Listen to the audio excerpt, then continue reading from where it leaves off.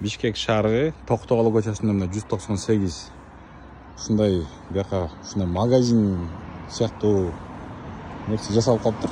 Бул канча жылдан бери турат экен, астында чөптөр өскөндөрүнө чейин байкасаңар болот. Бул дагы бир чиновниктин досунуку экен. Маалымат такталууда.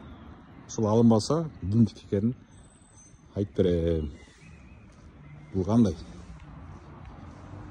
Алабыз деп көп кызматкерлер алдыра албай койушкан экен. Бияка азыр кондиционерин коюп, как положено. Светти улап, как положено. Бияка үй кылып алганда болот. Свет кирет бияка.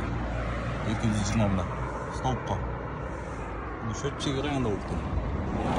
Кондиционер. Ушунт болсун. Бишкек шаары, Борбор, Токтогул көчөсү.